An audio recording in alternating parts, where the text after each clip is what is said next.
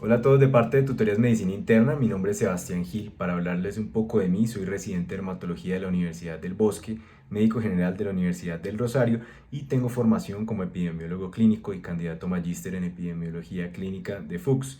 Adicionalmente tengo experiencia como investigador dentro de Colciencias y el Centro Dermatológico Federico Lleras en las áreas de dermatología general y dermatología oncológica. Voy a estarlos acompañando dentro de las tutorías de las áreas de dermatología y de epidemiología. Sintonices entonces con el canal para más contenido. Hola a todos, bienvenidos al canal de Tutorías Medicina Interna, la sección de dermatología. El día de hoy vamos a hablar de prurito. Yo soy Sebastián Gil Quiñones, residente de dermatología, y les voy a dar la presente charla.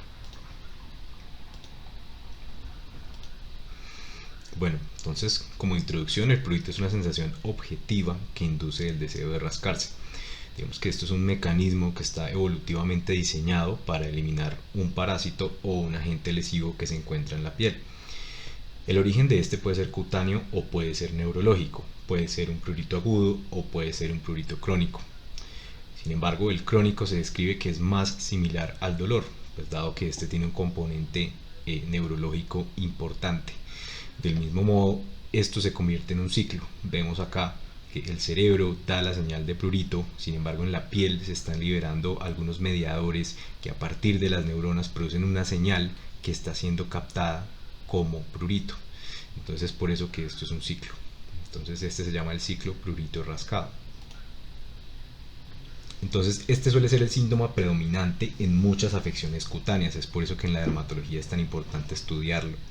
Suele ser multifactorial y se han establecido algunas clasificaciones. En este caso, el Foro Internacional para el Estudio del Prurito lo ha clasificado en tres. El primero es la afectación de la piel enferma o piel inflamada, el segundo es la afectación de la piel no enferma o la piel no inflamada y el tercero es la presentación con lesiones crónicas secundarias al rascado. En este caso pues sabemos que acá se hace alusión a los prurigos.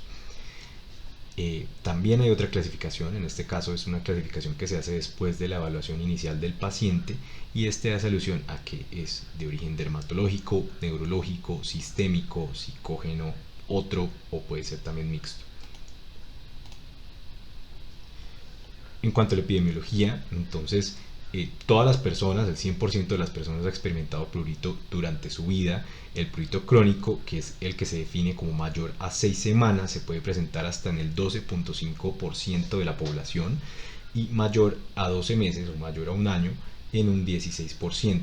Hay incluso una proporción muy alta de personas que presentan prurito toda la vida, que es una proporción del 22%. Vemos también la prevalencia del prurito en algunos trastornos cutáneos, en este caso en la dermatitis atópica es del 100%, incluso este se comporta como un criterio diagnóstico para esta enfermedad.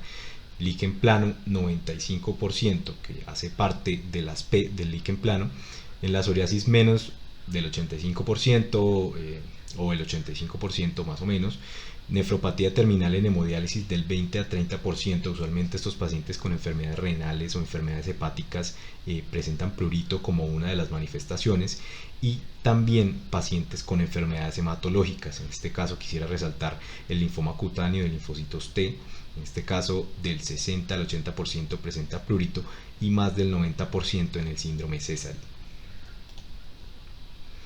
Vemos también entonces acá para complementar esta diapositiva anterior que en el paciente dermatológico la prevalencia de prurito es del 54%, en la población general del 8.4% y el prurito crónico ya estas estadísticas las mencionamos.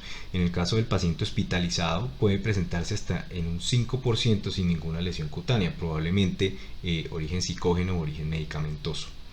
Importante tener en cuenta que una de cada 5 personas experimentan prurito crónico una vez en su vida. Es por eso que esta va a ser un motivo de consulta que se va a presentar muy frecuentemente. Y del 10 al 50% de los pacientes presentan una enfermedad sistémica como causa subyacente.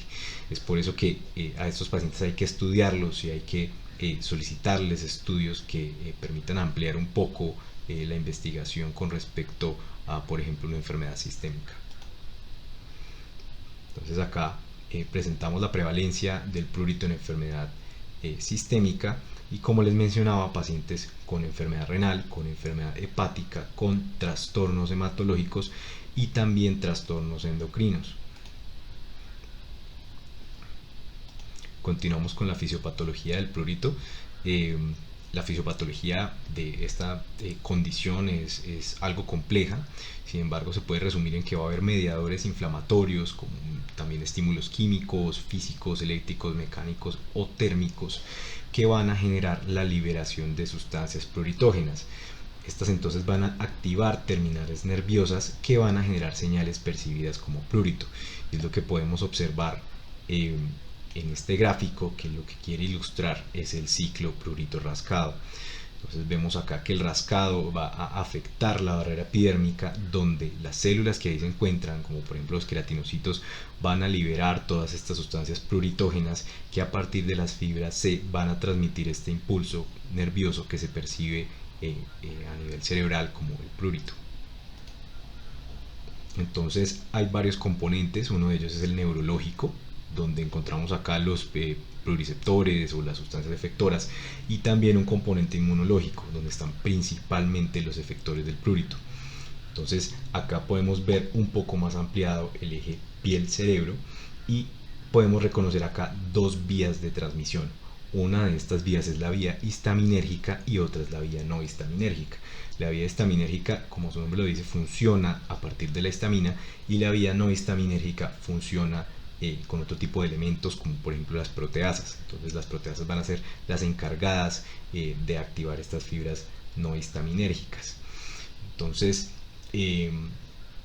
acá las podemos observar. Entonces vemos de rosa las neuronas no histaminérgicas y vemos de morado las histaminérgicas, que acá se ve cómo son activadas por estos mastocitos que van a generar una degranulación y posteriormente pues la activación de estas terminales nerviosas que se van a encontrar tanto en dermis como en epidermis, y encontramos las neuronas no histaminérgicas que van a ser activadas por neuropéptidos. Acá también van a estar implicadas otro tipo de células, como también los linfocitos T, y este impulso nervioso va a ser integrado a nivel del ganglio de la raíz dorsal inicialmente y va a ascender hasta el tálamo, donde se va a percibir esta sensación incómoda que es el prurito. Entonces encontramos acá un esquema que nos resume las fibras sensitivas. Tenemos las fibras de tipo A y las fibras de tipo C. Entonces ya conocemos que hay unas fibras que son rápidas y unas fibras que son de conducción lenta. Esto básicamente depende del contenido de mielina que tiene. Las que tienen este contenido de mielina van a ser rápidas y las que son amielínicas van a ser de conducción lenta. Estas fibras A se dividen en A delta y en A beta, y dentro de las A delta se van a encontrar algunos pluriceptores y nociceptores que también van a generar aferencias en el ganglio de la raíz dorsal. Sin embargo, las importantes son las tipo C, donde vamos a encontrar la CM y la CMI. Entonces básicamente van a ser unas que van a funcionar con histamina y otras que no van a funcionar con histamina, que era básicamente lo que veíamos en el gráfico anterior. Hay mediadores que son extremadamente importantes. Sabemos que la histamina es uno de ellos, pero también encontramos otro tipo de sustancias que también pueden generar esta activación o esta descarga de los potenciales de acción que se va a integrar en la fibra C. Entonces encontramos la histamina, que es importante en enfermedades como la urticaria, se transmite este impulso por la fibra C. La serotonina, esta también se va por la fibra C. Se encuentra la sustancia P, que es un neuropéptido que es extremadamente importante, incluso ahorita juega un rol muy relevante en la fisiopatología del prurito. También la acetilcolina, que es aceptada por el sudor, viaja a través de los receptores M3 y actúa en fibras dependientes y no dependientes de histamina. Vemos acá que hay otros pruritógenos mayores, son muchos, entre ellos las aminas que ya mencionamos, algunas proteasas como las calicreínas o las tripsinas, otros neuropéptidos, mediadores lipídicos, citoquinas, entre otros. Encontramos también leucotrienos, que se ha estudiado el LTB4, pero no se sabe si es un efecto indirecto o indirecto. Están también las quininas, las proteasas, neuropéptidos, que ya los mencionamos, y los opioides. Los opioides generan el prurito de origen central. Es por eso que pues, es importante mencionarlos, puesto que estos no actúan a nivel periférico, sino que generan esta sensación a nivel central, pero también tienen una acción en la degranulación de los mastocitos, que esta parte de la fisiopatología sí se da a nivel periférico. y encontramos algunas citoquinas como la IL-2, IL-4, IL-13, IL-4 y IL-13, que son extremadamente importantes en la dermatitis atópica y que son las que controlan biológicos como por ejemplo el dupilumab. Estos viajan o actúan, mejor dicho, a través de los receptores de potencial transitorio, que son los TRPA, y encontramos también la IL-31, que actúa a través de los TRPP. Entonces acá, para complementar un poco la fisiopatología, hablamos de los últimos dos elementos pluritógenos, que entre ellos está la linfopoyetina tímica estromal, que desencadena una respuesta TH2, y la inmunoglobulina E, que es la que encontramos principalmente en las hipersensibilidades de tipo 1. Y esta lo que genera es la activación de mastocitos y basófilos que se van a degranular y van a actuar a nivel de estas fibras nerviosas, como podemos observar en esta imagen. En esta imagen básicamente lo que podemos ver es que va a haber ciertos desencadenantes que van a activar a todo este set de células. Todo este set de células va a producir sustancias que se comportan como pluritógenos. Estos pluritógenos pueden ser endógenos o pueden ser exógenos y van a viajar a través de estas fibras C al ganglio de la raíz dorsal y posteriormente integrarse en el tálamo como esta sensación. Vemos también acá algunos receptores que actúan a través de la vía de la fosfolipasa, activando estas vías no histaminérgicas. Entonces acá vemos que puede activarse tanto la vía no histaminérgica como la vía histaminérgica, pero la integración a nivel central es exactamente la misma. Acá la diferencia es el pluritógeno. Entonces continuamos con la evaluación del paciente con prurito. Entonces este es uno de los algoritmos de abordaje diagnóstico. Hay muchos algoritmos de abordaje. Entre estos entonces encontramos si el paciente tiene lesiones primarias en piel o no.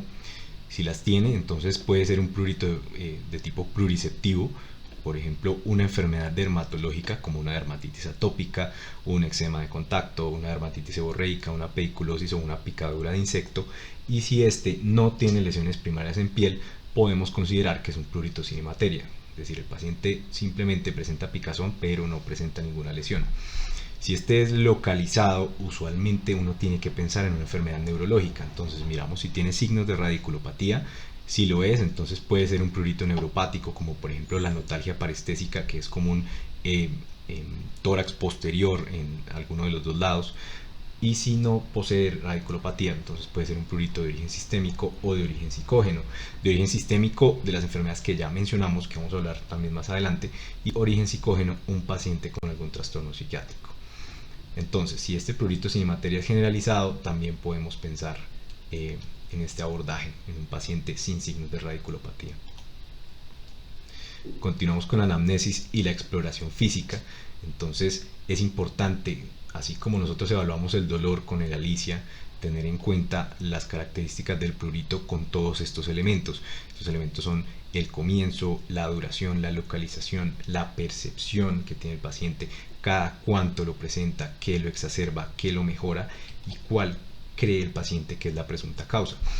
Es importante en estos pacientes evaluar el cuerpo completo, evaluar mucosas y la morfología de las lesiones primarias y cambios secundarios, que esto nos puede guiar en el caso de que el paciente presente un prurito de origen dermatológico. Importante también evaluar cerosis y dermografismo. Muy importante también aquellos pacientes con una cerosis marcada que simplemente por alteración de la barrera cutánea pueden desencadenar prurito. Evaluar signos cutáneos para enfermedades específicas, evaluar la espalda para el caso de radiculopatías y también enfermedades como mencionaba anteriormente como la notalgia parestésica, y evaluar ganglios en dado caso en una exploración de un paciente con una presunta enfermedad neoplásica. Otros datos a indagar que se resumen en esta tabla: los hábitos de piel, el cuidado de la piel, los elementos que usa para bañarse. Es muy importante también preguntarle al paciente con qué jabón se baña, con qué jabón lava la ropa, y poder determinar si puede haber algún componente alérgico o un componente irritativo por este lado.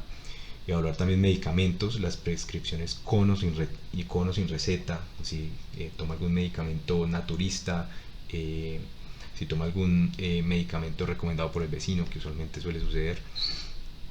Evaluar la parte toxicológica, como por ejemplo la nicotina, el alcohol, el consumo de drogas, alergias, que puede ser a fármacos, puede ser de tipo aéreo, de contacto o una alergia alimentaria.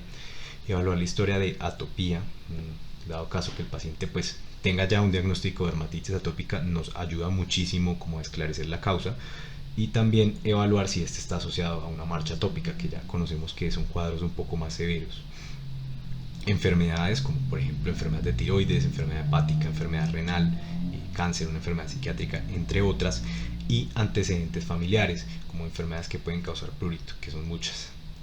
Evaluar también contactantes domésticos, personales, laborales, en donde trabaja, qué es lo que hace usted, utiliza guantes, qué tipo de guantes utiliza, en qué tipo de contactantes se encuentra usted expuesto en su labor cotidiana. Viajes, dado caso que sea alguna enfermedad adquirida, o conducta sexual, dado caso que sea una enfermedad adquirida. Entonces, en cuanto a los paraclínicos, vamos a hacer una evaluación inicial.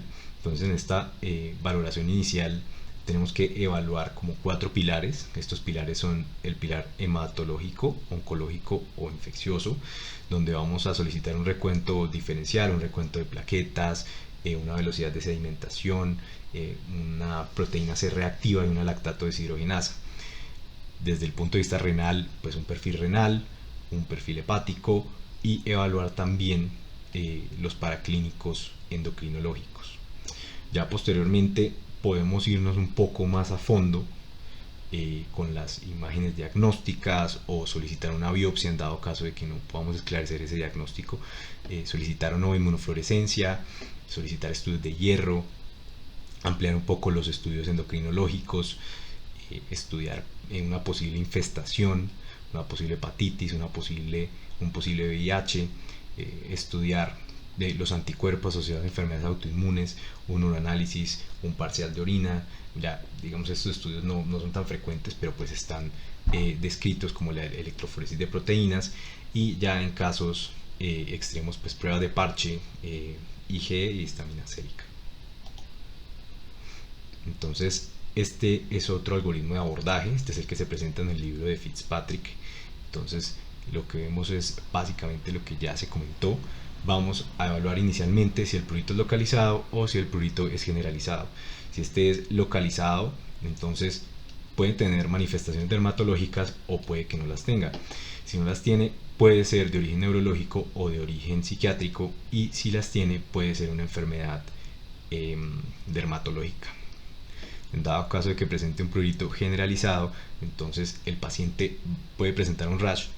En ese caso va a presentar alguna enfermedad dermatológica, esta se esclarece, y si no lo tiene, puede ser algo de origen sistémico. Hola a todos, continuamos con la parte 2 de prurito, la charla del enfoque de dermatología de tutorías medicina interna. Aquí presente Sebastián Gil Quiñones. Entonces, como les comenté en el anterior video, vamos a hablar de algunas condiciones dermatológicas que generan prurito, y entre ellas está más comúnmente la dermatitis atópica. La dermatitis atópica, como sabemos, este es el principal síntoma, incluso se comporta como uno de los criterios diagnósticos. El 100% de los pacientes con dermatitis atópica presenta prurito, y es debido adicional a la liberación de neuropéptidos de otras sustancias pruritógenas como el factor de crecimiento neuronal, la linfopoyetina tímica estromal, la interleuquina 2, la interleuquina 31, la IL-4, la IL-13, y adicionalmente a esto es debido a la inervación epidérmica. Entonces, esta inervación epidérmica es secundaria al ciclo prurito rascado. Entonces, lo que va a generar este incremento en la inervación epidérmica va a hacer que haya más terminaciones nerviosas disponibles para poder recibir un estímulo por sustancias pruritógenas como las que tenemos aquí presentes. También esta se puede desencadenar ante la presencia o en el contexto de una sensibilización a alérgenos por estrés emocional o sudoración, o puede ser también estacional o por contacto con telas. Acá en este caso el contacto con telas es más por este estímulo físico, ese estímulo de fricción que generan las telas sobre la piel. El efecto de los antihistamínicos es poco o nulo, porque ya hablamos anteriormente de que las vías de prurito pueden ser histaminérgicas o no histaminérgicas. En este caso pueden observar acá que ninguno de estos elementos actúa sobre una vía histaminérgica. Esta es más una vía de prurito no histaminérgica. Es por eso que el efecto de los antihistamínicos es poco o es nulo. En este caso, los antihistamínicos pueden llegar a ser útiles en los casos de pacientes que no puedan dormir o que tengan alteraciones del sueño derivados de su prurito de base, y es más por el efecto sedante que estos tienen. Encontramos también la psoriasis. El 85% de los pacientes presenta prurito. Este puede ser desencadenado por la cerosis, por el calor, por el sudor o el estrés que presentan estos pacientes, y se presenta más que todo en espalda, extremidades, abdomen o nalgas. Más que todo, o por lo menos en una proporción incrementada, se presenta este síntoma en las variantes eritrodérmica, la variante en placa y la variante pustulosa. Del mismo modo, como en la dermatitis atópica, los antihistamínicos tienen un efecto que es poco o es nulo, puesto que los mediadores del prurito en esta enfermedad es la sustancia P y la interleuquina 2 principalmente. Encontramos también infestaciones como la escabiosis y la pediculosis. Sabemos que en la escabiosis se encuentra presente el ácaro Sarcoptes scabiei y en la pediculosis o los piojos el Pediculus humanus. En estos casos, el prurito puede ser desencadenado por una respuesta inmunitaria frente a antígenos presentes en los ácaros o una respuesta de tipo alérgica. Encontramos también el linfoma cutáneo de linfocitos T, que sabemos que una gran proporción de los pacientes presenta prurito y es mayor la frecuencia de este síntoma en estadios tardíos de la enfermedad. Es por eso que en dado caso de que encontremos un paciente con unas lesiones en parches bien generalizadas, como en el caso de este paciente, y nos encontremos ante el contexto de un prurito, sospechemos un síndrome Sézary o una micosis fungoide. En este caso, el prurito es de difícil manejo y, como vemos, los mediadores pruritógenos son diferentes a la histamina. Por eso, en este caso, los antihistamínicos tampoco funcionarían bien. Continuamos con el prurigo nodular. En este caso, las lesiones son secundarias al rascado crónico. En estos pacientes es muy marcado el ciclo prurito rascado y son pacientes que son altamente resistentes a los tratamientos. En este caso, pues nos encontramos en el contexto de un paciente que tiene un aumento en la densidad de fibras nerviosas dérmicas secundario a este ciclo. Las lesiones se van a presentar principalmente en extremidades, superficies extensoras, espalda y región lumbosacra.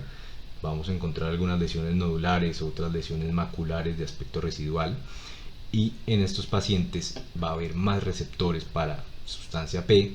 Vamos a encontrar el péptido relacionado con el gen de la calcitonina y el factor de crecimiento neuronal. Van a ser los principales mediadores pruritógenos de esta enfermedad. Está el líquen simple crónico. Acá se produce una liquenificación de la piel, un aumento en el grosor de la piel por rascado crónico. Estas lesiones van a ser mucho más anchas en diámetros y más delgadas que el prurigo nodular. Entonces acá vemos esta diferenciación. Estas lesiones son totalmente distintas. Estas lesiones corresponden un poco más a pápulas que confluyen formando placas. Las del prurigo nodular, como su nombre lo dice, son mucho más nodulares, y vamos a encontrar también lesiones maculares. En este caso hay factores predisponentes como la cerosis, la atopía, la psoriasis, la dermatitis por estasis, la ansiedad, el trastorno obsesivo compulsivo, el prurito neuropático localizado o por enfermedades sistémicas. Entonces, en este caso, esta no es una enfermedad como tal, sino que está derivada de otra enfermedad o de otra condición que la está exacerbando. Hay otros orígenes de prurito.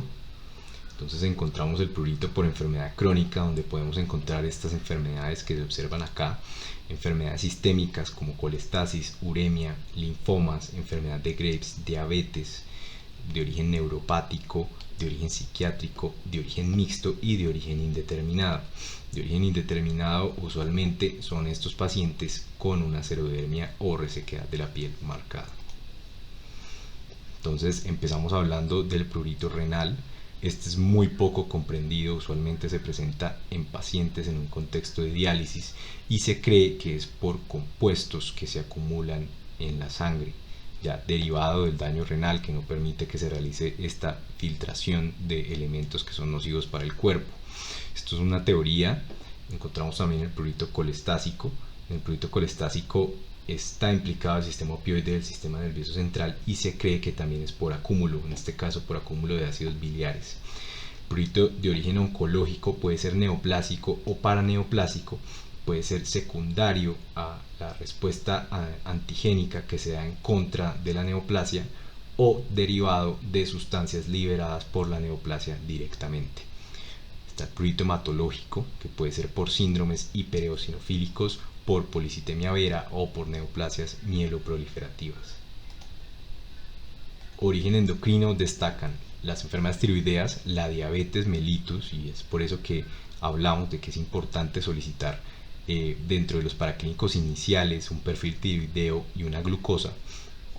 Dentro del punto de vista infeccioso encontramos VIH o ya estadio SIDA, encontramos en lo neurológico neuropatías sensitivas o disestesias, y en lo psiquiátrico ansiedad, depresión o escoriaciones neuróticas. Continuamos con el prurito sin hemateria, que este puede ser originado por muchas enfermedades que son principalmente sistémicas. Encontramos dentro de estos la enfermedad renal, la colestasis, el hipertiroidismo, las enfermedades hematológicas, tumores sólidos, VIH, todas las enfermedades sistémicas que hablamos en diapositivas pasadas, y es por eso que hay que tener en cuenta que si nos encontramos ante el contexto de un paciente con prurito sin lesiones cutáneas, tenemos que tratar de solicitar todos los estudios posibles para poder determinar el origen. Entonces ahora continuamos con el tratamiento del paciente con prurito. Entonces iniciamos con los cuidados de la piel. Esto es básicamente optimizar la salud de la barrera cutánea. Este va a ser un pilar muy importante en el manejo del prurito. Básicamente va a consistir en la utilización de cremas o pomadas humectantes mínimo 2 veces al día, baños o duchas con agua tibia 1 vez al día, el uso de jabones suaves o limpiadores distintos al jabón, porque estos jabones pueden alterar la integridad de los lípidos de la piel, un humectante luego del baño, que puede ser la misma crema o pomada, limitar el jabón a regiones con mal olor. Usualmente se le recomienda a los pacientes el uso en axilas, pies y genitales, evitar lanas y utilizar las uñas cortas para evitar las escoriaciones generadas por las mismas. Hay algunas medidas tópicas, en este caso se dividen en 3. Pues estos, como dice acá, confunden a las fibras nerviosas. ¿Por qué? Porque se va a integrar a nivel del sistema nervioso central un estímulo térmico en vez de un estímulo de prurito. Entonces básicamente va a generar un cambio en la percepción de la sensación. Y también están descritos los cannabinoides, estos apenas están como en proceso de estudio. Están también algunos anestésicos tópicos como la lidocaína, la prilocaína, el polidocanol y la pramoxina, y estos, como conocemos, van a bloquear el potencial de acción de las neuronas. Algunos antiinflamatorios como los corticoides, los inhibidores de la calcineurina, y estos van a bloquear la producción de mediadores pruritógenos que se están produciendo a nivel epidérmico y a nivel dérmico. Hay algunas medidas sistémicas, en este caso están descritos los antihistamínicos de primera o segunda generación, como la doxepina o la hidroxicina. La doxepina, pues tener en cuenta que no es un antihistamínico como tal, es un antidepresivo que tiene también acción en los receptores histaminérgicos. Entonces estos lo que van a hacer es inhibir el receptor H1, que el receptor H1 es el que sí tiene una implicación en la transmisión del prurito. El H2 no funciona con el prurito, entonces básicamente los que tengan acción H2 no van a generar un cambio en la sintomatología del paciente. Hay algunos neuromoduladores como la gabapentina o la pregabalina, que son análogos del neurotransmisor inhibitorio GABA. Entonces al bloquear los estímulos excitatorios, pues van a generar también un alivio en la sintomatología del paciente. Algunos antidepresivos también pueden ayudar, como algunos inhibidores selectivos de la recaptación de serotonina, y también la mirtazapina. La mirtazapina, la diferencia entre este y los anteriores es que este es un inhibidor de la recaptación de noradrenalina. Ambos pueden funcionar muy bien con estos pacientes. También algunos antagonistas y agonistas antagonistas de opioides. El antagonista es la naltrexona y el agonista antagonista es el butorfanol, el cual pues tiene una acción un poco paradójica, pero también ayuda a regular esta sensación de prurito en el sistema nervioso central. Entonces los primeros que son los antihistamínicos, están indicados en pacientes con urticaria, con o sin angioedema, los segundos en pacientes con dolor neuropático o en el contexto de una esclerosis múltiple, los terceros en pacientes con enfermedades inflamatorias, prurito nocturno o prurito crónico, y los últimos en caso de colestasis, uremia u otras enfermedades sistémicas que no hayan respondido a otros medicamentos. Hay otras medidas, como por ejemplo la talidomida, que sabemos que inhibe la síntesis de factor de necrosis tumoral alfa, es un depresor también del sistema nervioso periférico y central y es eficaz en condiciones inflamatorias. Entonces se suele usar mucho en los plúrigos, sirve también en pacientes con mieloma múltiple o síndromes linfoproliferativos. No obstante, hay que tener en cuenta el efecto teratogénico importante que tiene este medicamento y la posibilidad de que si una mujer queda embarazada genere focomelia en el feto. Está también descrito el aprepitant, que es un antagonista de la sustancia P, que vemos que está implicado en muchas enfermedades dermatológicas que presentan prurito y es útil en el síndrome de Sézary. Está también la fototerapia, que ayuda a inmunomodular estas células que se encuentran en la piel produciendo mediadores pruritógenos. También está descrito un abordaje psicológico desde el punto de vista cognitivo-conductual y terapia con acupuntura. Y por último, esta es la escalera terapéutica que se describe en el libro de Fitzpatrick. Sin embargo, esta escalera terapéutica no se suele seguir al pie de la letra, puesto que los abordajes, a pesar de que acá muestran un escalonamiento terapéutico, los pacientes tienen que ser tratados según el tipo de enfermedad que tengan. Es decir, ya sabemos que no todos los antihistamínicos van a funcionar y que hay muchas alternativas terapéuticas que podrían estar indicadas como primera línea. Entonces, en este caso, lo que se describe en la escalera terapéutica de Fitzpatrick es el inicio con terapias tópicas, posteriormente la fototerapia, luego continuar con antihistamínicos orales, continuar con antidepresivos o neurolépticos, luego agonistas opioides y por último el uso de talidomida o aprepitant. Esto era todo, muchísimas gracias. Aquí se encuentran presentes nuestros usuarios y nos encontraremos en otro video de tutorías de medicina interna.